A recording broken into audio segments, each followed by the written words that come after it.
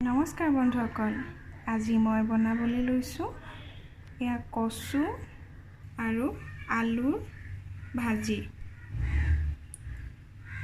মই এয়া পিঁয়াজ, বিলাহী দুটা আৰু আদা নহৰু দুটামান জলকীয়া আধা খুন্দাকৈ লৈছোঁ, সম্পূৰ্ণ মিহি কৰি পেলোৱা নাই।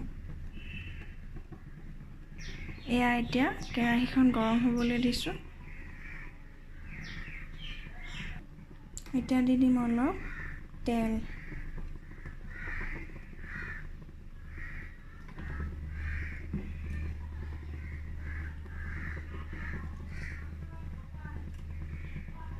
এয়া গৰম হোৱালে মই দিম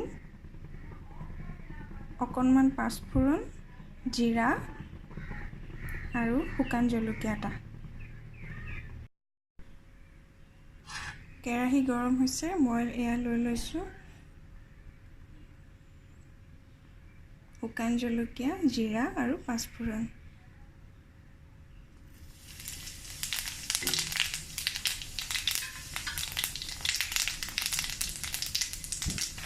এয়া মই পিঁয়াজ দি দিলোঁ। সেইখিনি ভালদৰে অকণমান ৰঙচুৱা হ'বলৈ দিম।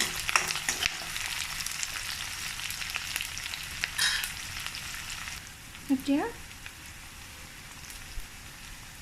অলপ নিমখ জোখমতে,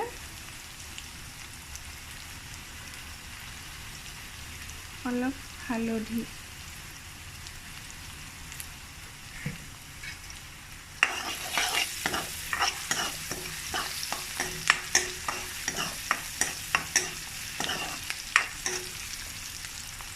ইয়াত এতিয়া দি দিম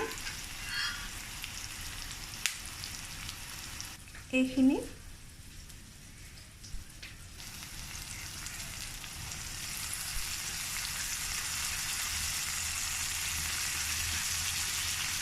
ইমান ধুনীয়া গোন্ধ আহিছে।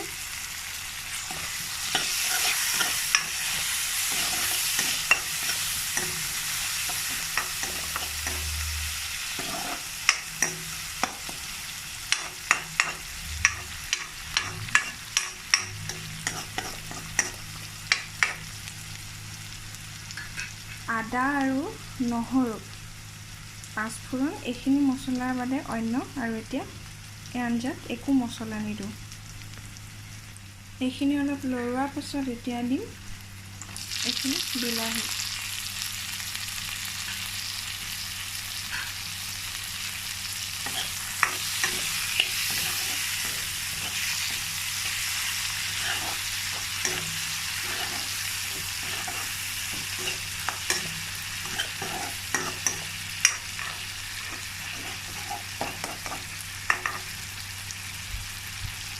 ইয়াত অকণমান ঢাকন মাৰি সিজিবলৈ দিম।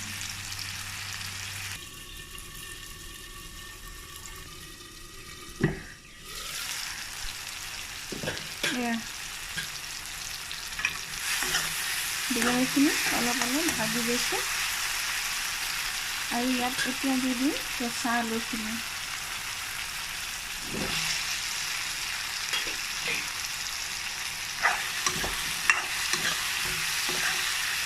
কচুখিনিতো আধা সিজাই থৈছে,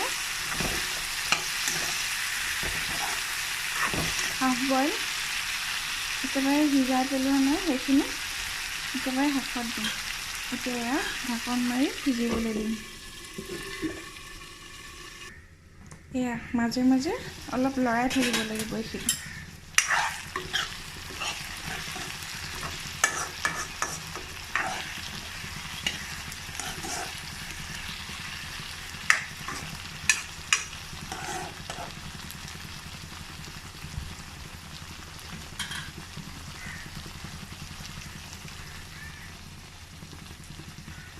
আকৌ ঢাকন দি দিছোঁ।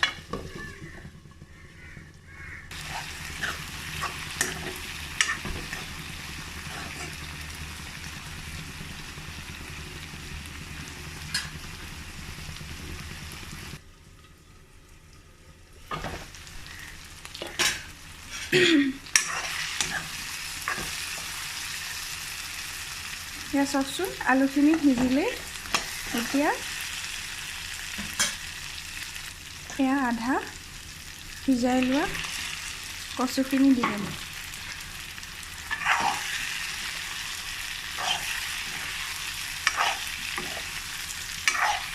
এয়া হ'ব আমাৰ আলু আৰু কচুৰ ভাজি।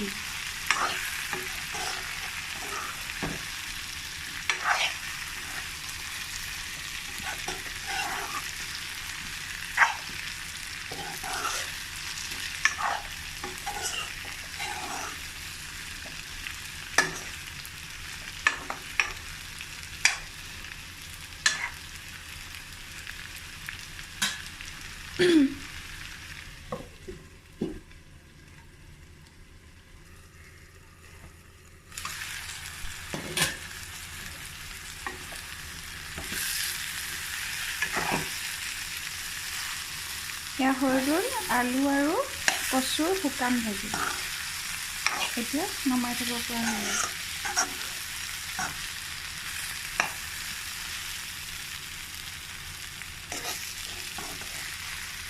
আপোনালোকে এনেদৰে বনাই খায়নে? কমেণ্ট বক্সত মোক জনাব।